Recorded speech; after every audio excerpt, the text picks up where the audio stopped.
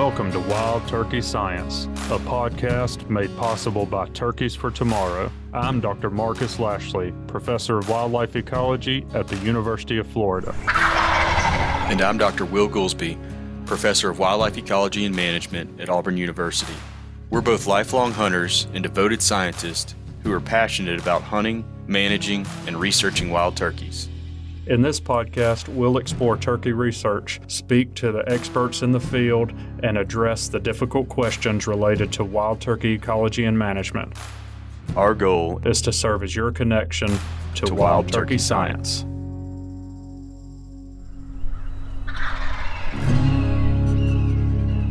I'm glad you sucked that down before we turned it on the air.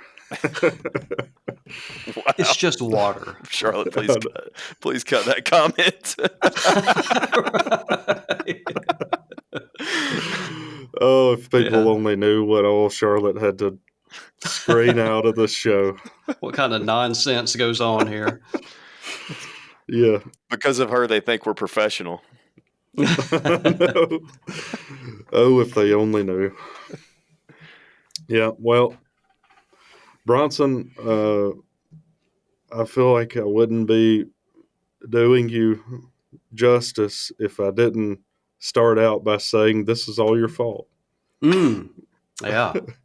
What I guess led it us is. all the way down to, finally getting to wild turkey science and that being a thing started with you dragging me down into a little room, a little closet in Thompson Hall to record on Deer University. Under the stairs I was hearing earlier. Yeah, it was under the...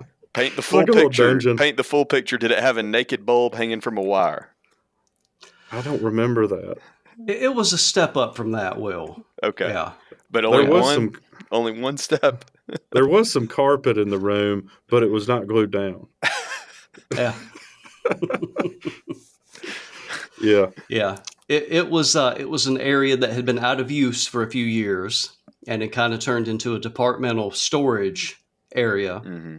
But it was a place that was relatively quiet that we could get away from the noise. It was a good room for what we were using it for. But that was a long time ago, and I didn't even know what a podcast was before we recorded one. I don't remember what episode it was for you, but it was my first. I think it was like the 4th or 5th on Deer University. Yep. You and Steve Damaris both had never heard, or you behaved as if you had never heard of what a podcast is. I had heard the term before, but I had never listened to one. I did not know what it was. What year was this? It was 2016 or 17. Oh my God. Bronson, you'd know. 2017. I think that's when we started Deer University. Yeah. Less than a decade ago. You didn't know what a podcast was. I had never listened to one. I knew that people listened to them. I didn't know that they were a big thing like they were becoming. But I mean, I wasn't even on social media really at the time either, because I don't use social media for personal stuff. So look where we are now. And see, look, you could still, like, if Bronson had never pulled you in, you could still be happy. But now you have you have to podcast and use social media. Yeah. And I find that it's rewarding often, but there's also some trolls out there that just that's what they're going to do. Oh yeah, absolutely. So it definitely makes you a target sometimes. It sure does. You got to put yourself out there, and we're human beings, and we're going to misspeak sometimes and possibly interpret the data the wrong way. But the good thing about it too is it's kind of living. And so you always have your next episode where you can clean something up or clarify and hopefully make amends that way. We've had to do that. Well, and so have I.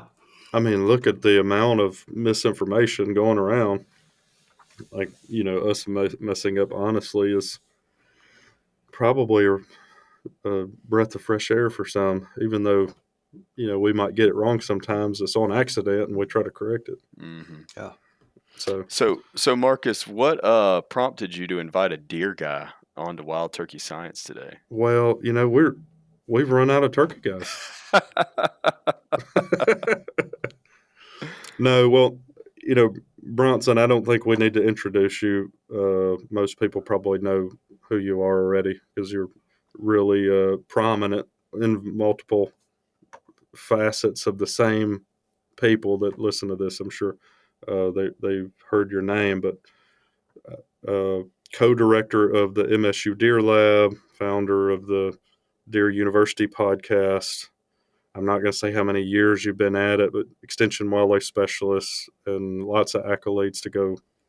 I'm in with double it, so- digits. Let's keep it there. Double digits. Yeah. There you go. Of accolades, And just for clarification- accolades or years? Both. Because that Yeah.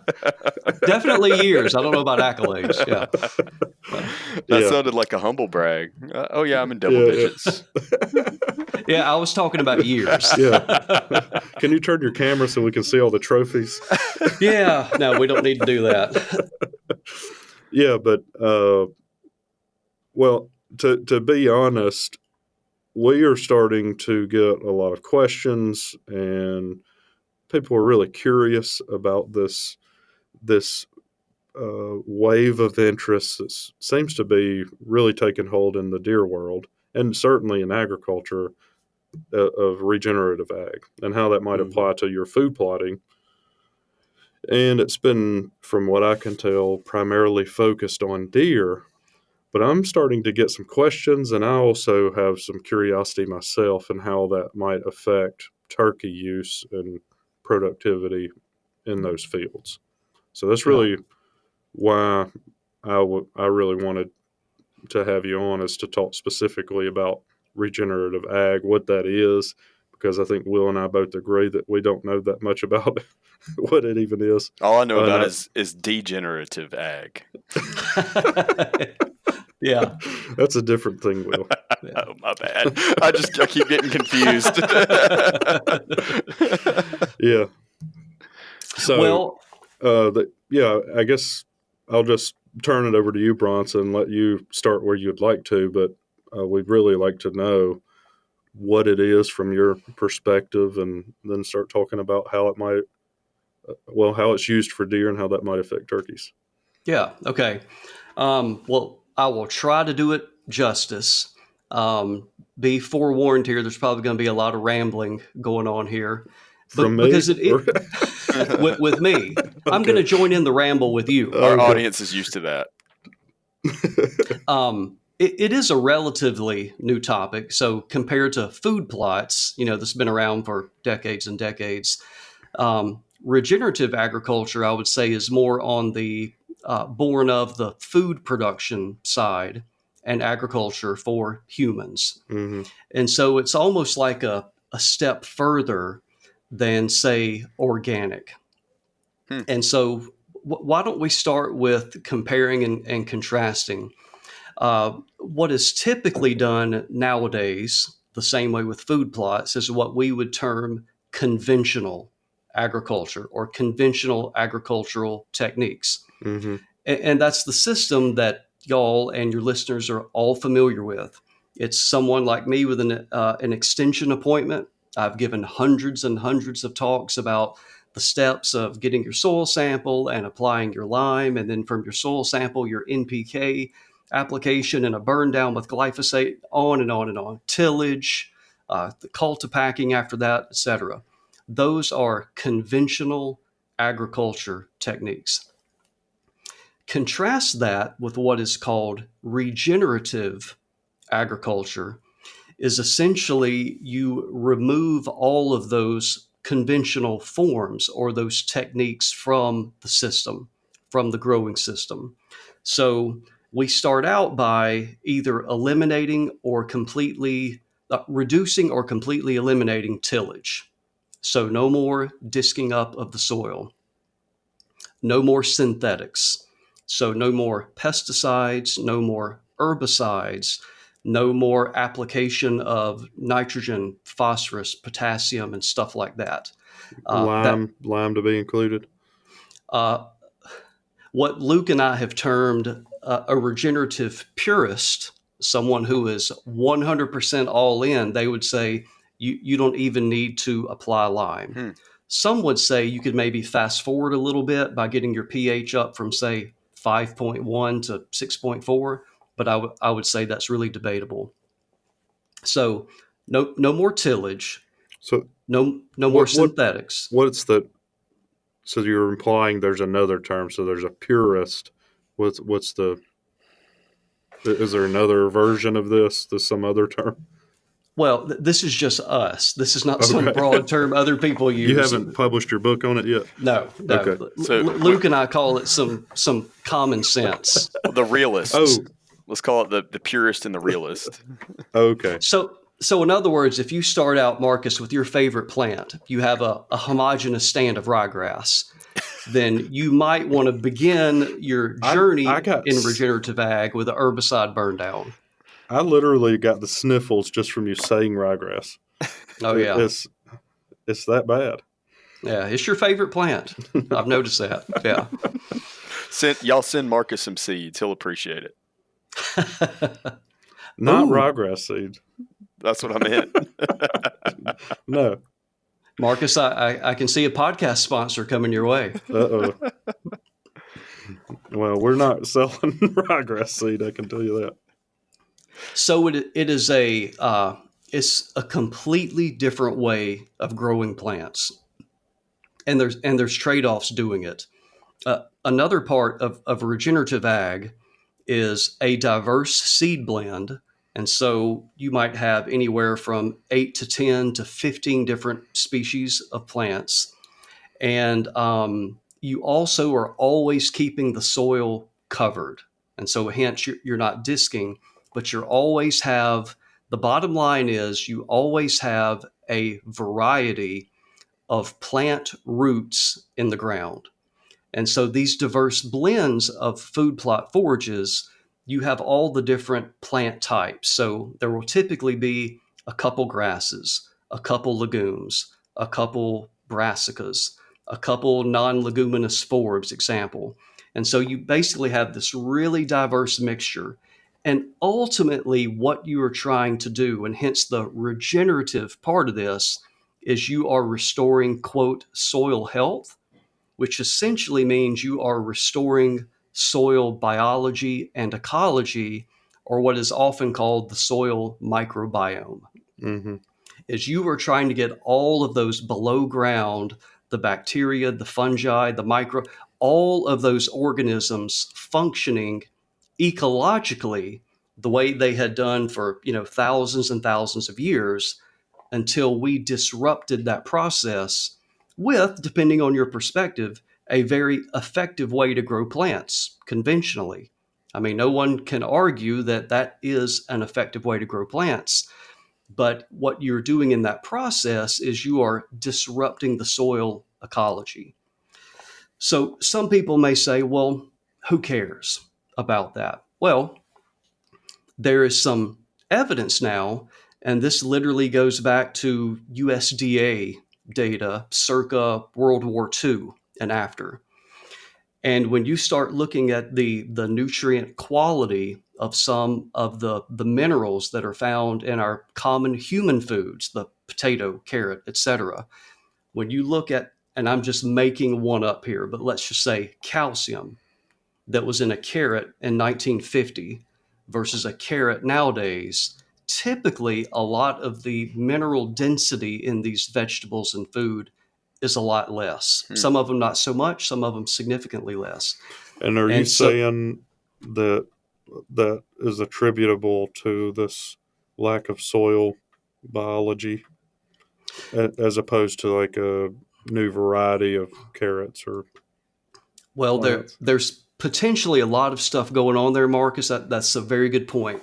I think some would say that when you diminish soil health, a consequence could be, as you described there. I mean, it could be that it is affecting the soil biology is not working like it was supposed to, and therefore nutrient uptake was not what it used to be. But then there's also another facet is selection. And when you think about what does, and this is not to denigrate in any way, shape, or form a producer, they got to make a living. I mean, those are the facts. They got bills to pay. They want to maximize profit. They want to be profitable. It's not usually about, I want to make huge gains. They just want to make profit, not lose money. So think about what a producer or a plant breeder that's representing a producer, what are they going to select for? They're going to select for what they sell. They're going to select for bushels per acre. And so over time, you all start seeing, whether it be corn or soybean or wheat or whatever, you start selecting for plant traits that are going to maximize the amount of yield. We're never selecting for plant quality. We're not selecting for how much phosphorus is in the vegetable or anything. It's all about yield. And then as we become more and more and more efficient at producing bushels per acre, there's only so much soil nutrients and minerals available on an acre of land. And so we're maximizing the amount of above ground biomass that is cropped and sold. And it's most likely it is diluting the amount of nutrients that can be in each bushel. And it's actually called the dilution effect, the mineral or nutrient dilution effect, because we're producing so much more above ground, but there's only X amount of the nutrient substrate below ground that you can pull that from. So it's like by default, if you're going to produce more above ground, the good stuff, the nutrients have to be diluted. So I hope I didn't spin off too far down the tangent there. The word regenerative, let's get it back this way. The word regenerative agriculture essentially means that you are trying to restore the soil ecology and the soil biology. That is what's different versus something that is, say, an organic. I went to the grocery store and I got organic vegetables or organic strawberries. That is just categorizing essentially for, did it have an herbicide? It's just something like that of how the plant was treated. Because you can still use conventional tillage with organically grown produce, right? You hit the nail on the head. Exactly right. Exactly right. So those are very different. And a lot of people blend those together. Regenerative equals organic. So what you could typically say, if something is truly regenerative with this process, it would be organic. But something that organic is not necessarily regenerative. So, Bronson, what are, you mentioned about restoring the soil. I think you used the term like soil biology. So what are some things that we could measure that change from like a field that's, where conventional tillage is being practiced to one where regenerative ag has been practiced for some amount of time? That is a very good question, Will. It's one that I don't know if there's a lot of established good answers for. How many worms per? Well, I hear about that a lot. Per scoop. I do. I hear about the earthworm. I do too. That's why I said a lot, and I don't know one way or another. Earthworms seem good for soil in general. Like I like them in my vegetable garden, but I don't have any data to say how that affects things one way or another.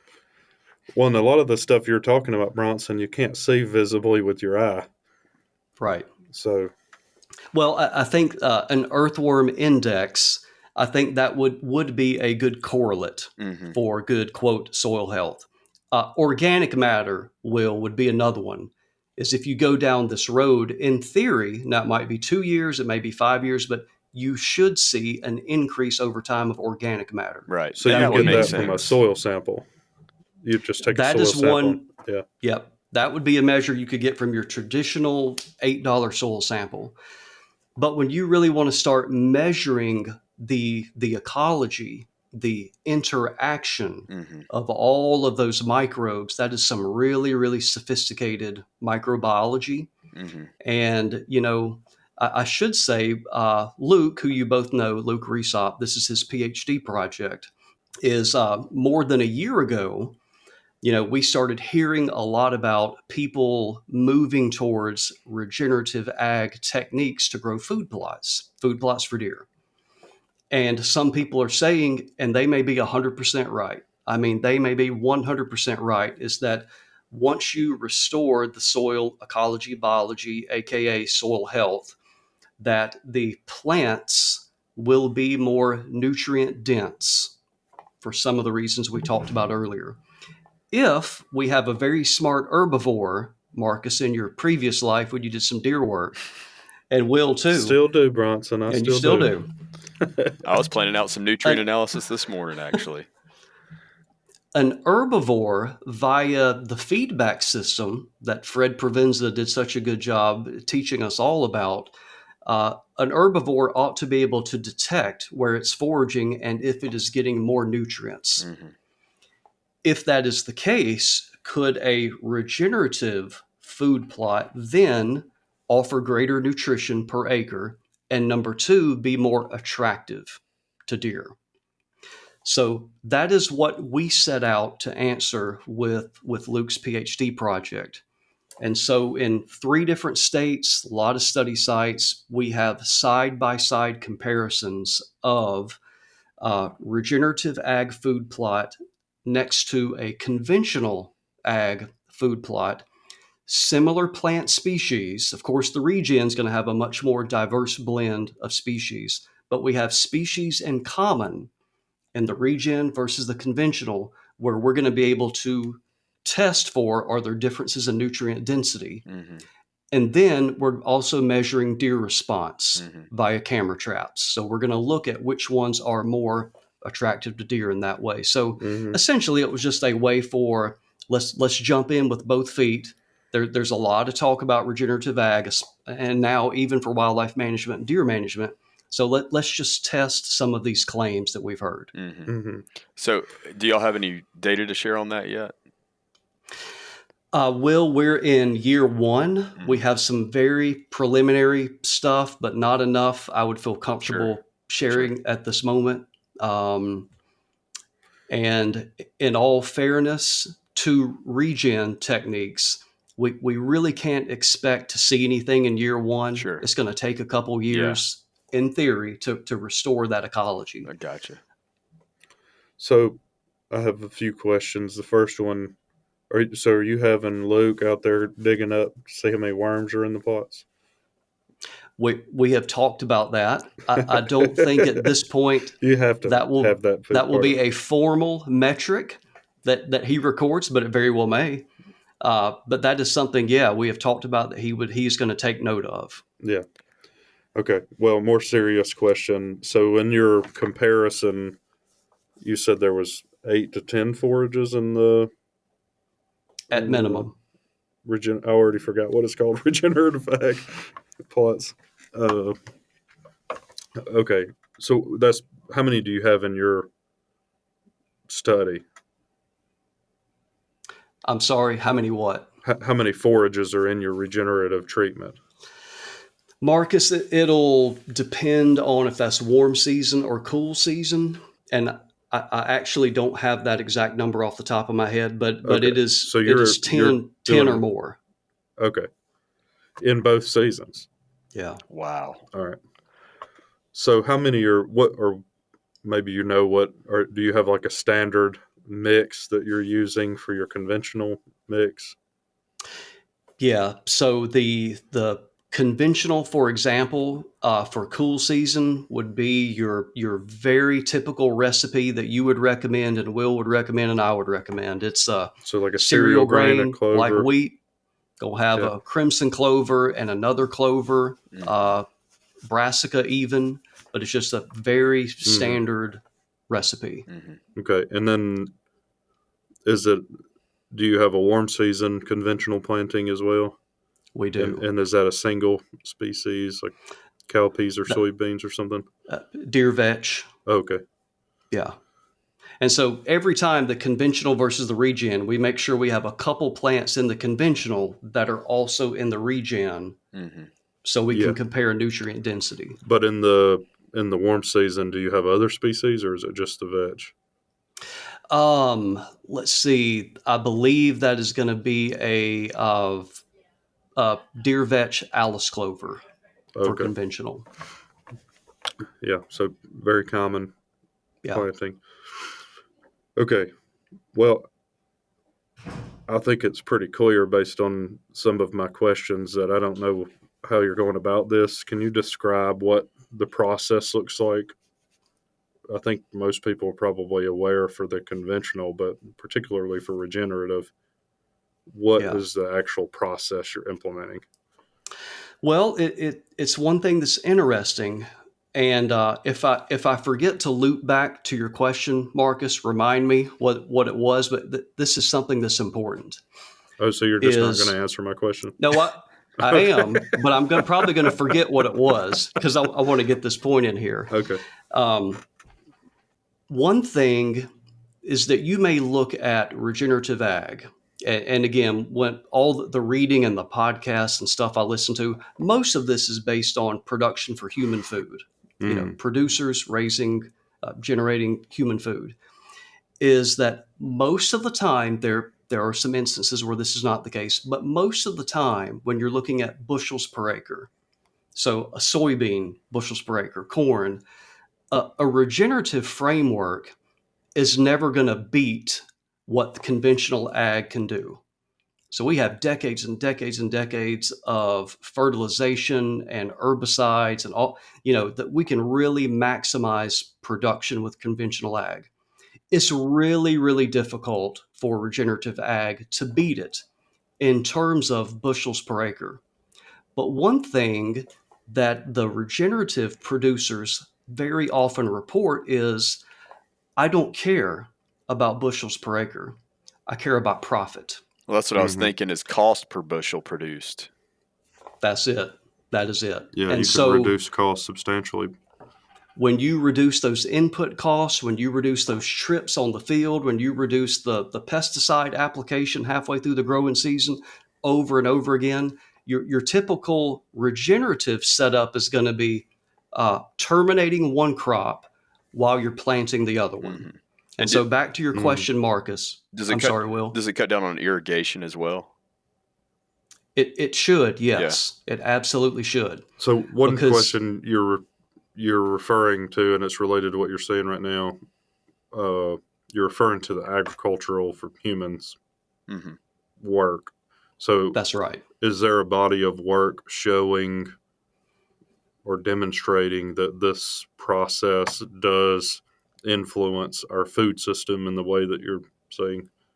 Yeah, there are several examples, typically from institutes that have really taken this on and nonprofits that have really examined this, but they will go through, for example, and what is the budget for someone doing this with whatever crop you're talking about from a regenerative standpoint versus wide open 100% conventional.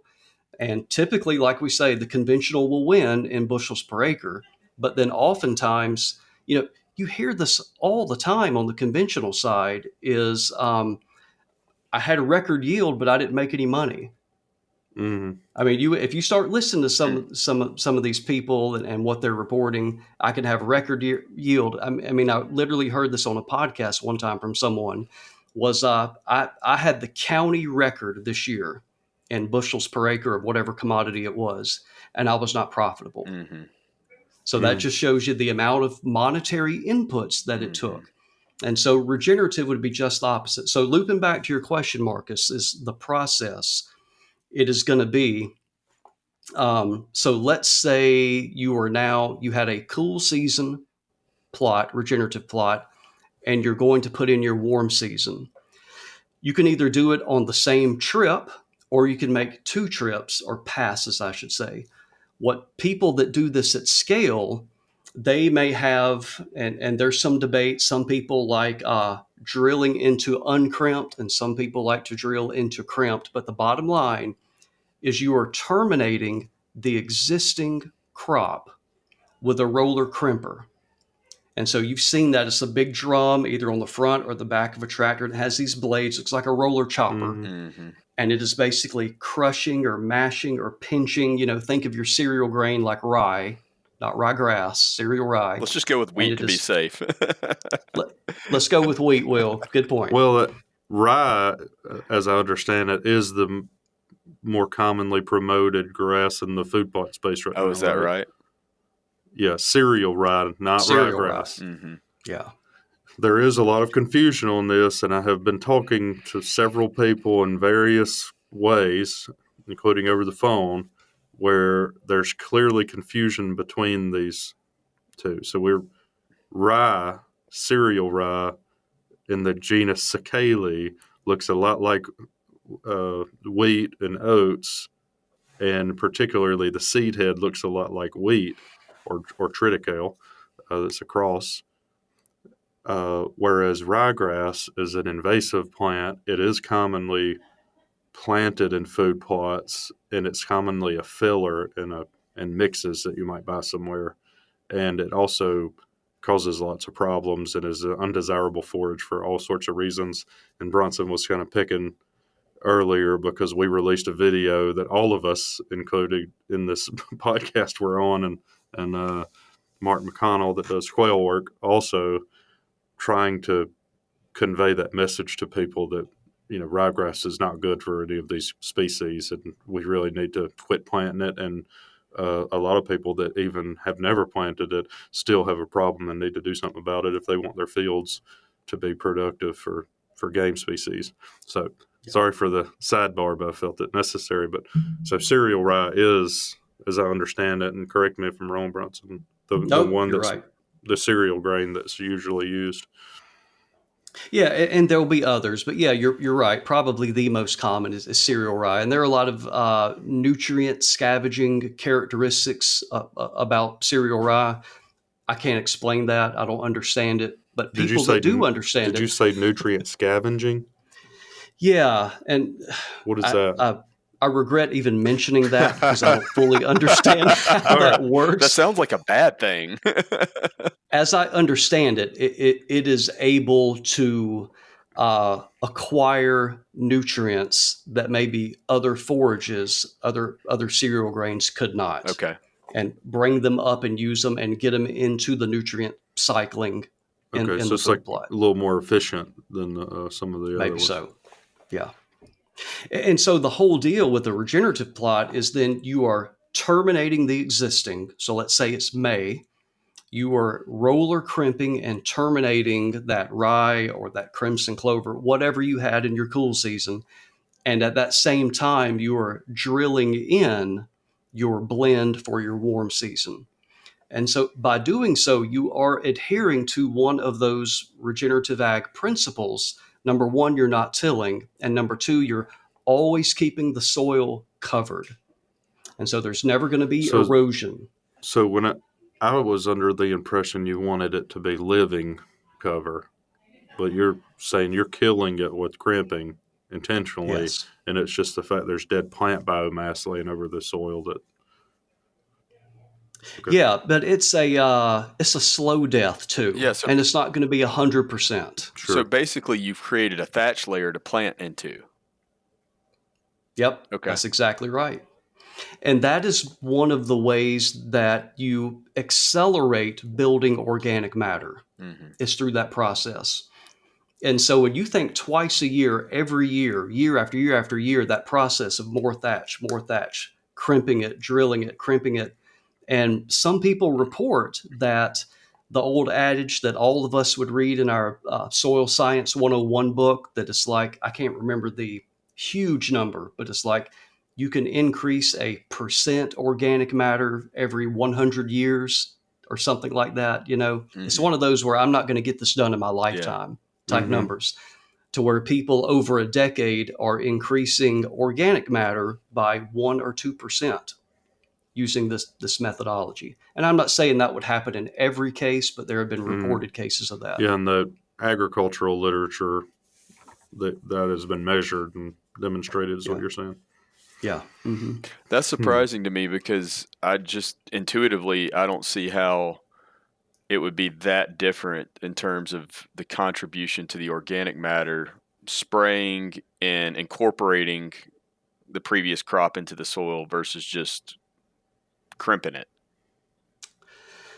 I think, Will, it is going to have to do with cultivating and restoring the microbial community, and then how they are going to decompose that and are doing it in a slower way. And essentially, it's you are providing food with that, with your thatch and with your decomposition. You're also providing food with the diversity of living roots.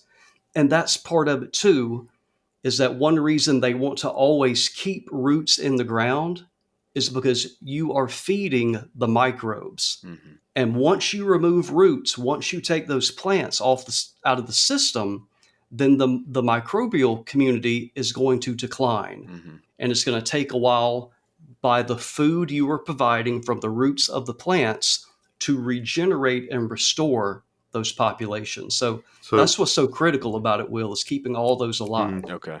So the crimping is essentially, for the most part, killing the plant, laying it over, but it leaves the roots underneath the ground, which those are providing food for the microbes.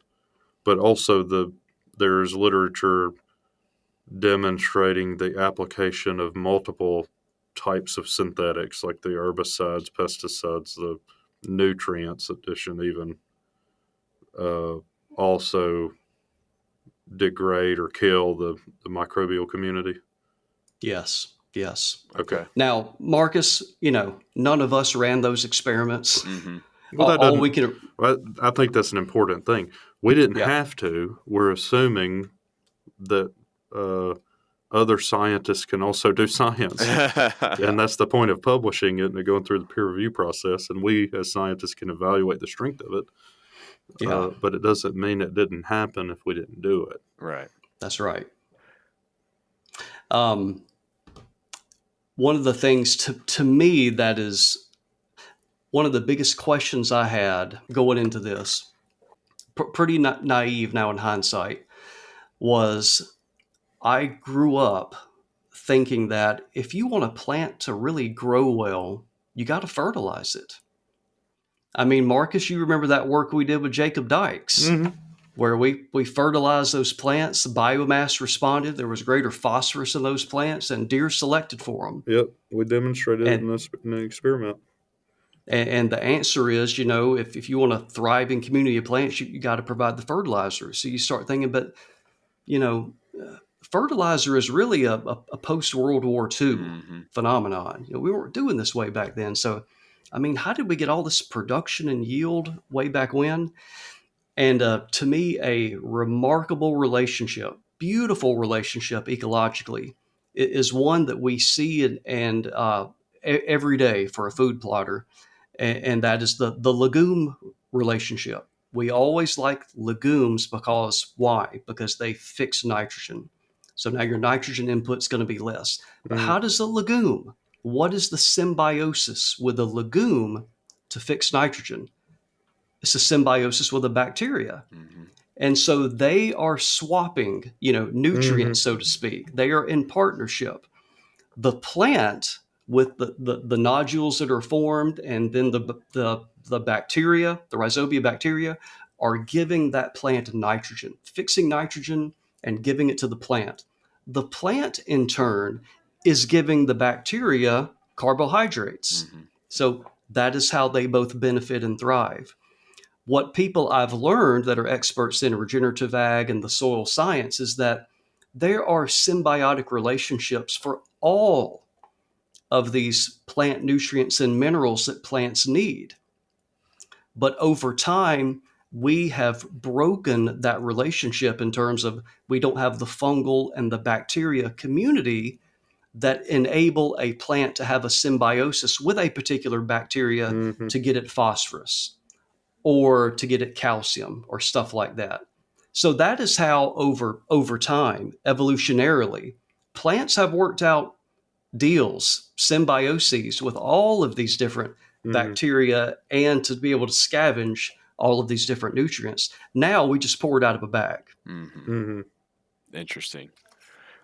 So when Marcus mentioned to me that he thought it'd be a good idea to have you on to talk about this, this regenerative food plotting or regenerative ag more broadly, I was kind of skeptical because although I've heard a lot about people using it, I wasn't convinced yet that many people are applying it to food plots. Is that true or false? I mean, what is the relative rate of adoption you're seeing of this practice, and is it becoming widespread? We did, and when I say we, I mean Luke, did a survey on social media a couple months ago and has some really good numbers. It was a surprising number, Hmm. and I'm sorry I don't have it in front of me, but it was I don't know, I want to say over 50% of people. Now there's a catch here, Will. There's a catch coming. We're doing, quote, regenerative practices or some regenerative practices, things like that. But within that, it was maybe they have just reduced tillage, or maybe they no longer apply glyphosate, for example. And so if you were incorporating a regenerative practice, then you would kind of fall into that category. I in no way, shape, or form believe that even 5% of people are incorporating the whole process, regenerative ag techniques for food plots. Okay. But there are enough people around doing it and are getting some good results, at least from their perspective. They're the ones doing it, and from their perspective, they are getting good results. Gotcha. So yeah, it's not the majority. But it is gaining traction fast. Would you agree with that? Yeah, absolutely. I mean, there's definitely people that are buying these roller crimpers for food plotting. No doubt. No question about it. I mean, you just visited one that did, right, Will? No, I didn't. But I know of some properties that do. I thought the one that you just did that guy told me he had just bought a roller crimper for it before you'd gone. So maybe not. We didn't talk about that. So maybe he did. Yeah, maybe. So you're going in and drilling the warm season mix, which is 10 plus species in it, in May when you crimp it. Right. Okay, and then you're growing that through the summer till September, October, and crimping, and then doing the same October. again. Same again. That's it. Is that the whole system? That's the whole system. So your only input, aside from rolling over with the crimper, is putting seeds in the ground. Terminating and planting. Then you're using a no-till drill or a seed drill for that? That's correct. Yes, a seed drill. So you can see just right there. I mean, even Luke has quantified that through year one. I mean, it's very, very different. The amount of time, the amount of passes, the amount of inputs that you're doing on the conventional versus the regenerative. Yeah. I mean, it's easy to imagine if you have a food plot where you're planting a cool season and a warm season annual mix in it, you're going to, each year, you're going to disc at least once, if not twice, before you plant. So let's just call it once. So you're disking once in spring and then once again in fall. You're coming back through the field and planting. So that's 2 more entries, seasonally. And then what else am I missing? So you're coming. You got your burn down. If you do that with herbicide burn down, that could be 2 more entries. And if you have to come back and cultipack or drag, that's 2 more entries. So I'm up to 8 right now. We haven't even talked about fertilizer. Not to mention several of those with things. With fertilizer, like that'd be 10. Yeah, and those those are also inputs because they cost money for the product. Sure. Mm-hmm. Yeah, so I can see where there could be a substantial difference in cost. And you don't have the productivity information yet, but at least from agricultural stuff, once they have accomplished this regenerative thing and they have an intact system, we'll call it, the production is at least efficient financially.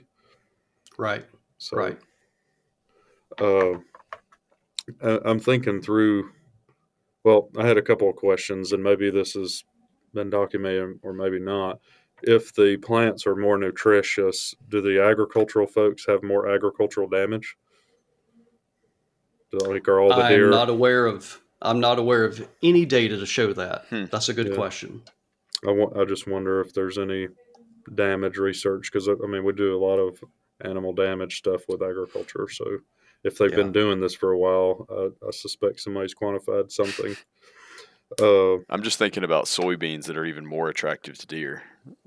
Yeah, doesn't really seem like a good idea for a producer, you know.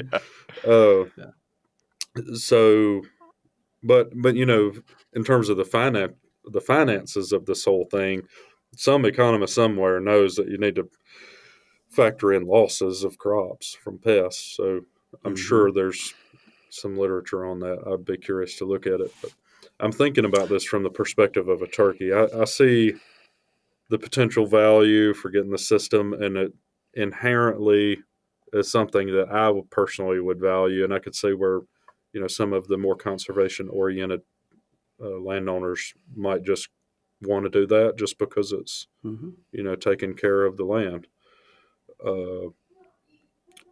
But I'm trying to think about from a turkey's perspective, where is,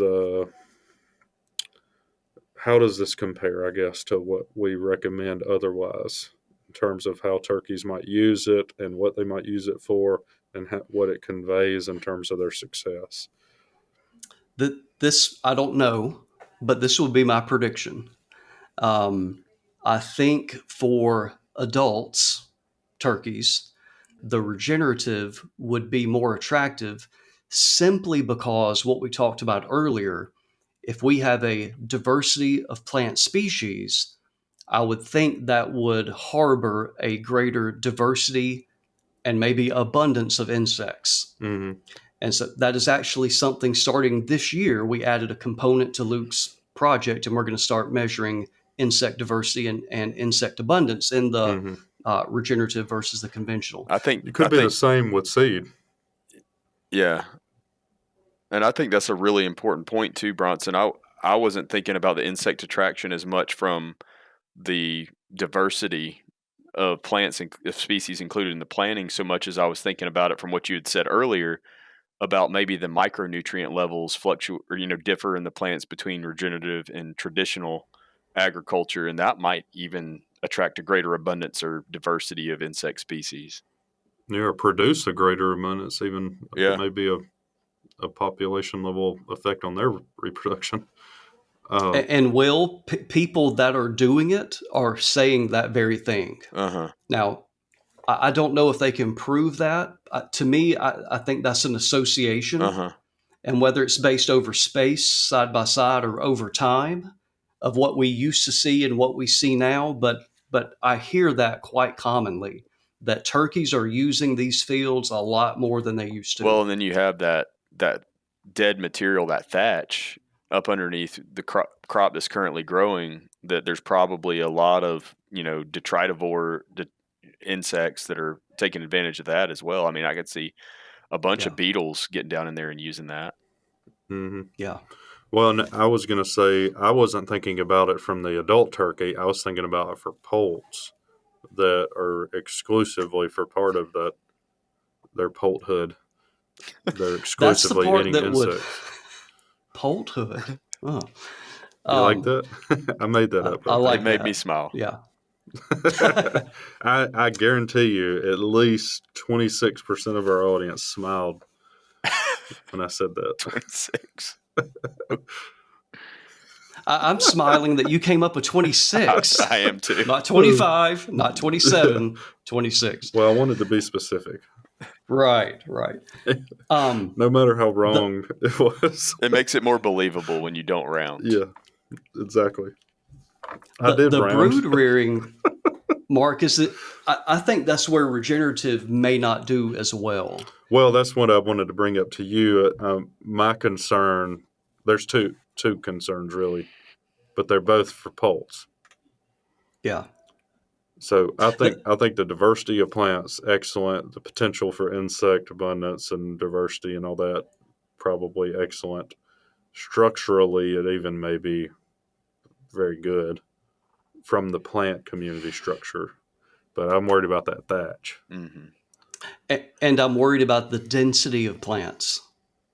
It's just a very thick network of plants, all those different species and the different heights and so forth.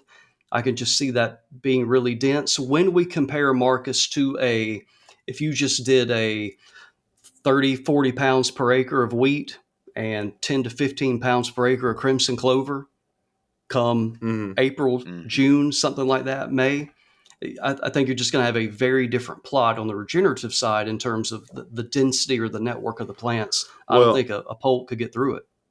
So, the two concerns I had, let's say you're planting wheat and you crimp, you got a bunch of stuff in there, but you're crimping all that over, so you got that thatch. You're doing that right when, in May for most of the range of easterns even, you are basically right when poults are going to be, really vulnerable because they've just hatched. They're in that first couple of weeks of life. So that thatch is not going to be navigable.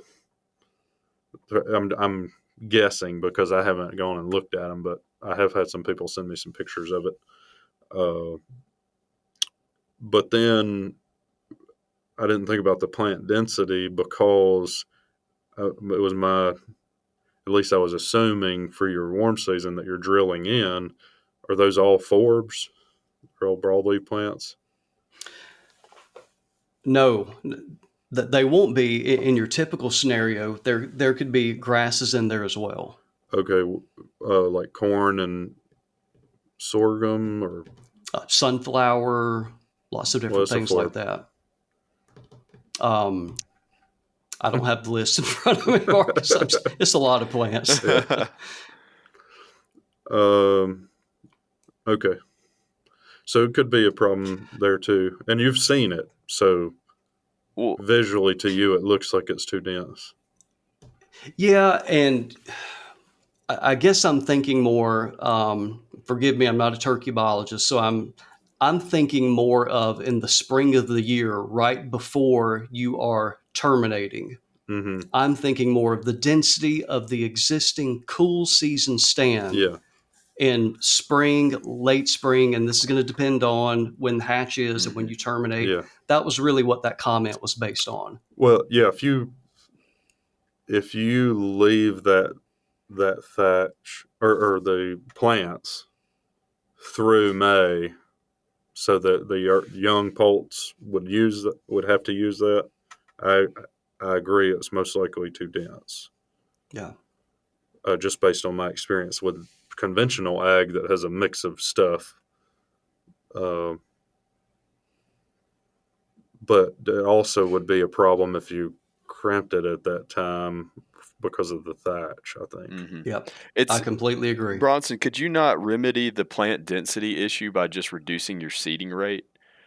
Because we even do that with conventional ag. Like I'll recommend a lower seeding rate of wheat just to have more space between plants if the intention is to provide brooding cover in a plot. I guess that would be something to consider, Will, but it would, from your traditional way of thinking about regen, you're just typically wanting to maximize the amount of and diversity of roots, per acre. Mm-hmm. So you're also wanting to keep sunlight directly off of the soil surface. Mm-hmm. You're wanting that buffer with that thatch. Yeah. You want to hold more moisture. You want to insulate and buffer soil temperatures. Yeah, so, basically you're trying to get closed canopy like you do with soybeans. You're right. Yeah. So I was thinking too, if you went in, could you go in? I'm just trying to think, how can you make it more conducive to turkeys? Could you go in and crimp it earlier? Like, could you go in early April and crimp it and you go ahead? You could in Florida. I guess in the deep south maybe. Is that the risk that you might have a late frost? Or is there another reason you can't do that? I think that would depend on, I guess it just depends on how much time you would want to put in between termination of one and planting of the other, relative to what's going to be the optimal timing for your warm season to grow. Which are usually going to be at least into May. Into May. And do you want to stop providing food for deer potentially for that month? Mm-hmm. I think a lot of people might make that concession because of their interest in turkeys if it is better for turkeys. People that listen to this podcast, Bronson. I would just have me an opening, a thinned forest adjacent to that regen food plot, and put it on a 2-year burn rotation and let that be my brood rearing. That's what I was going to say with all this. If this is something that a landowner was really interested in, and I think we've just discussed many ecological reasons, conservation related reasons that they might consider it, I think it's fine as long as you're not dependent on your food plots for brooding cover. Yeah. But a lot of people are. Well, and I commonly am, I know you are too, Will. I'm coaching people in how to use their food plots for brooding. Right. Especially, here's a scenario that both of y'all deal with constantly. I lease land. I can't do anything except for openings. What I can plant in my food plot. That's what they got. And, this is, I think it's good for us to have the dialogue to talk about it and think through. And I'm just wondering, are there ways that if you could just crimp earlier so that thatch has some time to break down and you could go ahead and seed, you're just doing it a little early for most of the plants that you're planting. But in the deep south, you might be able to get away with that. So you'd still be bringing on your stand of warm seasons in concert with terminating the cool seasons, but you're doing it at a time that the two problems that we were talking about would better coincide or be more conducive with that early poult rearing. So another thing I was thinking of is, man, you could just crimp it and then burn off all that thatch, but that would defeat the purpose. Yeah. But it does bring up another concern that I have.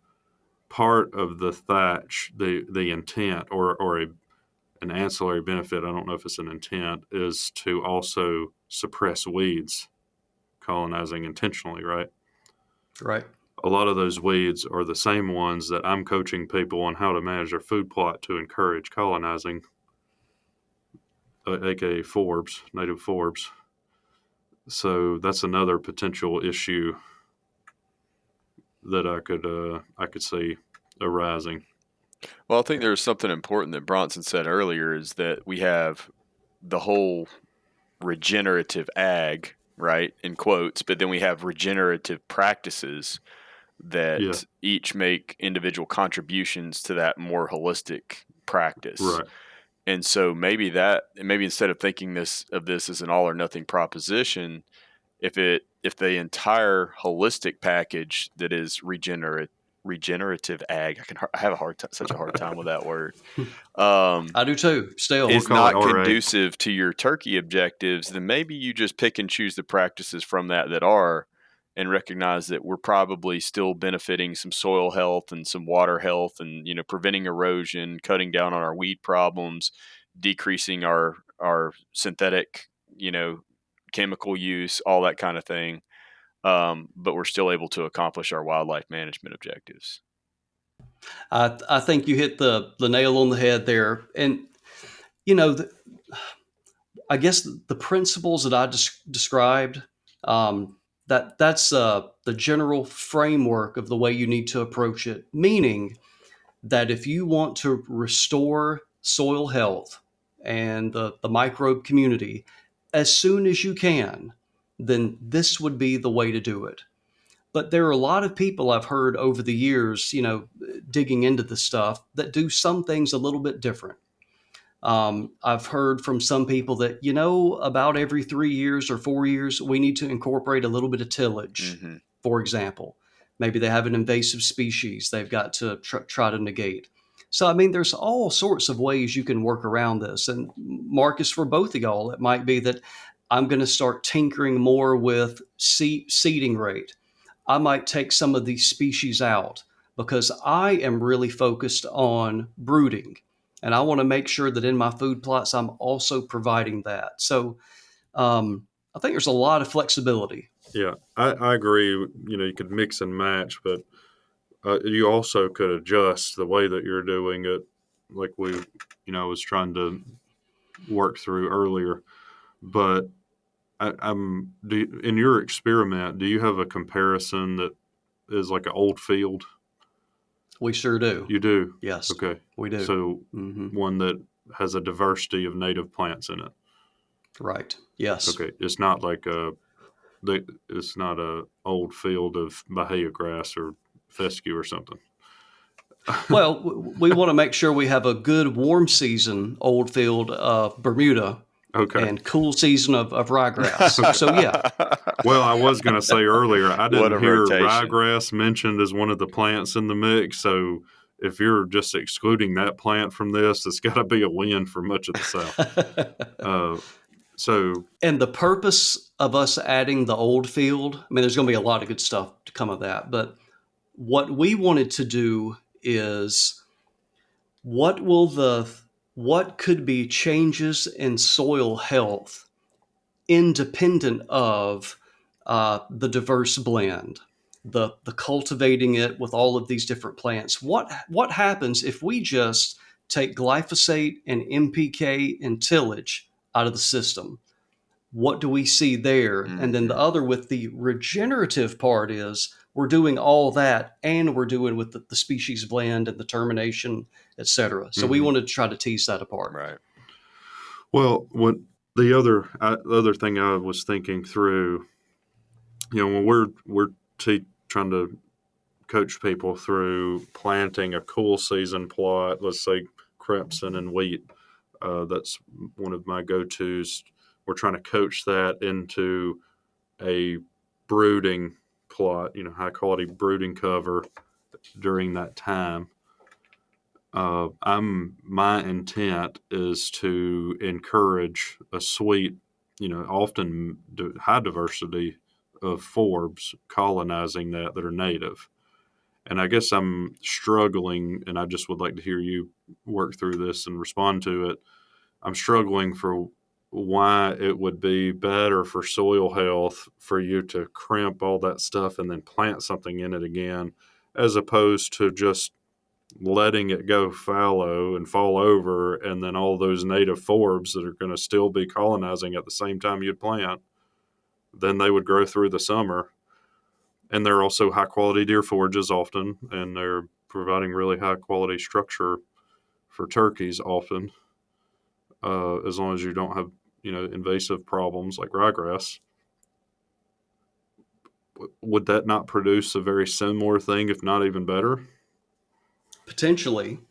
I think that the reason for planting is that you're pretty darn sure of what the result is going to be. Yeah. Because it's the seed you planted. Yeah. So yeah, Marcus, if you have a track record, yeah, knowing what plants are going to respond, yeah, maybe you skip the warm season planting altogether. Well, in that case, let's say we do this. Well, we've got to have the diversity in the fall, so it wouldn't work. But let's say we're planting in the fall into we could crimp it even. You could crimp your thatch of native forbs that you've done, and then you're just seeding right into that, just like you would normally, and then letting that transition into that forbland to go through the summer, and then that be your rotation. That to me seems very similar, but what it almost certainly would require up front is for you to take some action to get rid of some problem plants. For us, like we have talked about ad nauseum, ryegrass is going to be a part of that. You're going to have to get rid of it. It might be fescue, Bermuda. We've all got our weed problems, but you wouldn't want to let those dominate.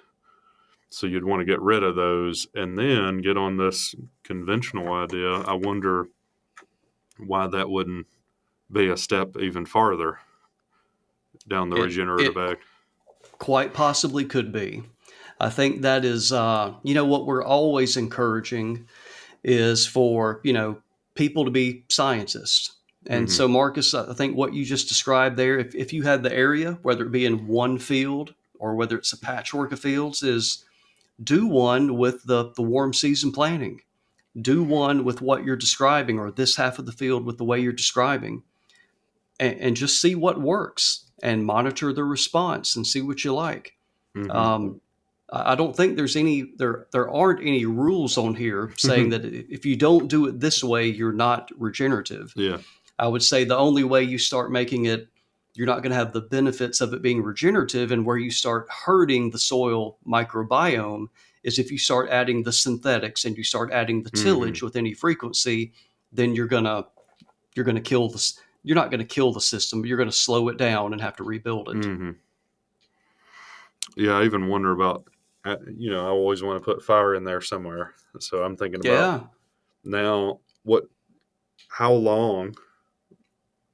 I guess it could be pretty long in some places, but if you went in and crimped in April and let that die over the next 10 days and then go in and burn that thatch off, I mean, you're going to get a flush really quickly, especially if you do it right before rain of forbs.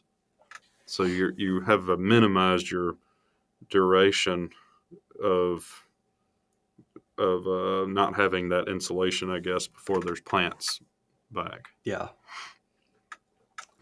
Yeah, I would say you would diminish your microbe community doing that, because you're having a period of time that you're not having living roots. And again, going back to our legume relationship, you're not providing food to the microbes for some period of time.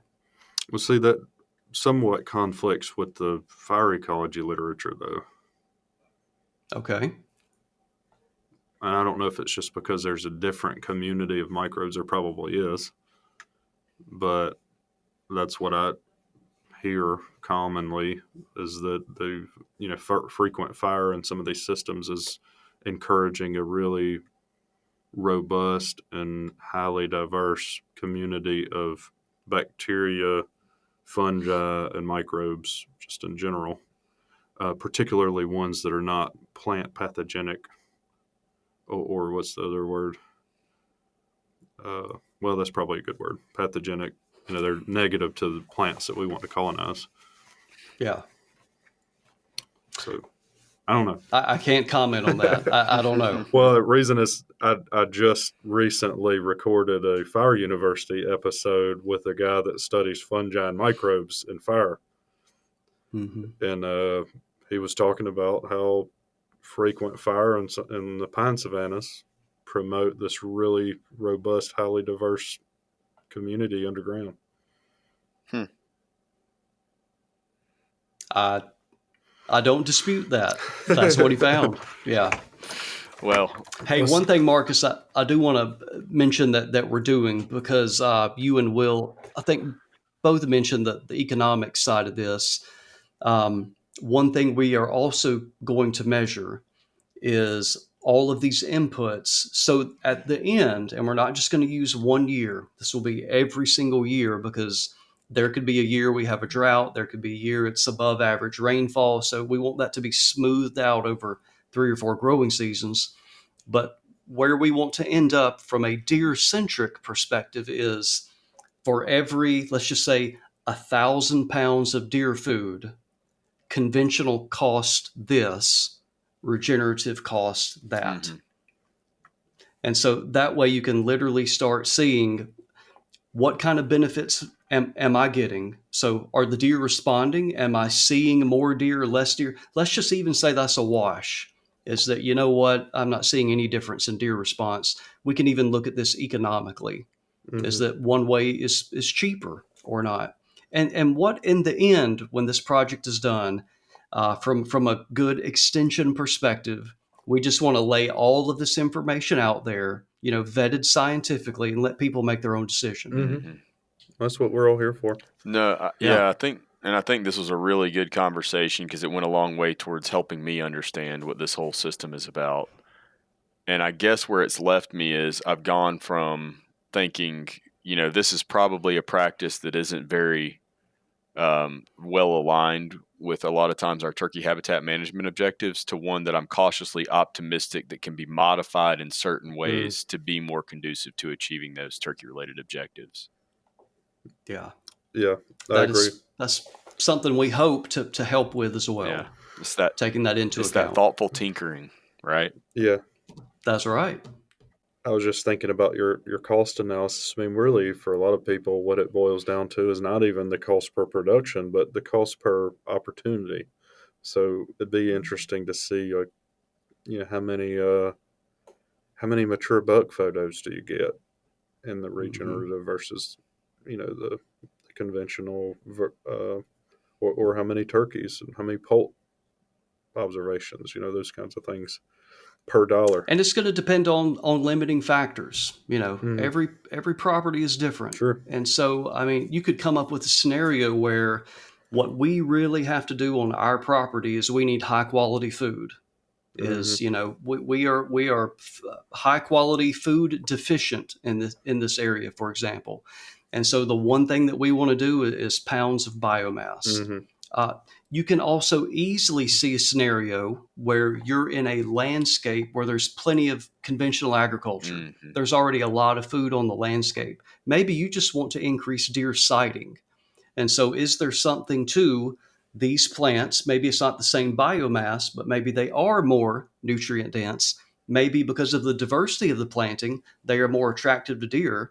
So you can simply look at, here's what it costs to plant it, and here is the response in terms of deer sighting. So you're just literally going to be able to pick and choose what part you want out of this. Yeah. Well, and what you and I have learned from research projects together and from a lot of the body of literature from Provenza, you may have higher deer use just because they mix a diverse diet and they're more easily able to do that when the plants are together. Yeah. I was actually exactly wondering, right. how do you detangle the convention or the treatment mechanistically? How do you detangle the treatment from the nutrient availability from the effects of diversity? So you're basically looking at the net effects of all of them together. You are, yeah. That's actually something we talked to Fred Provenza about. Really? Those very issues, yeah. Yeah. And I don't have an answer for you. Yeah, it's good stuff. Yeah. Well, did we miss anything? Was there anything you were expecting us to ask that we didn't? You thought would come up? I think we just covered that. I wanted to make sure, what we're doing, we're going to be measuring as best we can. Probably the most difficult thing for us to measure is what is soil health and what all does that mean. So I think that's going to be the most difficult one to really measure. But we're working with experts and they are giving us different tests that we're using. So we're going to measure the changes in soil over time. We're going to measure the changes in plants over time in terms of their quality, nutrient density, et cetera. The wildlife response to that, and we're adding the turkey component this year, and then finally the economics. And so changes in soil, does soil affect the plants? Does the plant affect deer sighting and turkey sightings? And then what does it cost to do either one of these routes? That's kind of the gist of it. It's a great experiment. I look forward to hearing more about it. And we'll definitely have to have Bronson back on when we start getting some results in. Yeah, for sure. And if any of your listeners want to go to our MSU Deer Lab social media, I know Luke posted videos most recently, like a week or two ago. So if you just want to take a look at here's what a cool season regen plot looks like versus the conventional ag, he's got some video there on our social media. You can take a look. We'll link it in the show notes. That's at MSU Deer Lab. At MSU Deer Lab. Okay. We'll get Charlotte to link where they can just click on the link in the show notes and go right to the post. Yeah. Well, cool. So, well, I appreciate the opportunity, guys. Yeah. Thank really you. Enjoyed it. I feel like I learned a lot. Yeah. Hey, man, the learning curve for me has been really steep, Will. Yeah. It's a different way of thinking about food plots. And Well, it's got, you know how I usually do, but it's got me spiraling into all sorts of wormholes now. We'll use a pun since you're supposed to have more worms in there. I started thinking about, wow, turkeys might even dust in them more because of the microbial community that they're trying to get on them. You know, like, you don't know what, there's all kinds of weird stuff like that. There's going to be somebody promoting what you just said online next week. That's literally just a hypothesis. They're going to be using it as a sales pitch. It's a hypothesis that could be tested. I'm not saying it's reasonable. I anticipate me getting a number of texts over the next couple of weeks of, have you thought about? Yeah. Oh yeah. You should do this. We'll put your cell phone number in the show notes, Bronson. Right back at you, Marcus. Yeah, he's got show notes of his own, so yeah, I can put some stuff on YouTube as well. Yeah. Well, you have put quite a bit of mess on me online. Well, we did a video, Bronson, where I laid on the ground. I don't know if I'd want to lay in that bug-infested regen plot. I bet you would if you knew it was providing bugs for turkeys. Well, maybe so. Yeah. And quail. Yeah. Well, good stuff. We really enjoyed the conversation, and I did too. Yeah, I'm glad to finally hear more about this practice, because now I understand more, at least what the goal is. It's not quite as black box to me now. It's like gray box. I kind of feel like, well, hey, let's do it again in like a year, and we can share some results. Yeah, that'd be great. And have some data to go along with this. Yeah, that would be great. Yeah, right before next planting season would be great. Yep.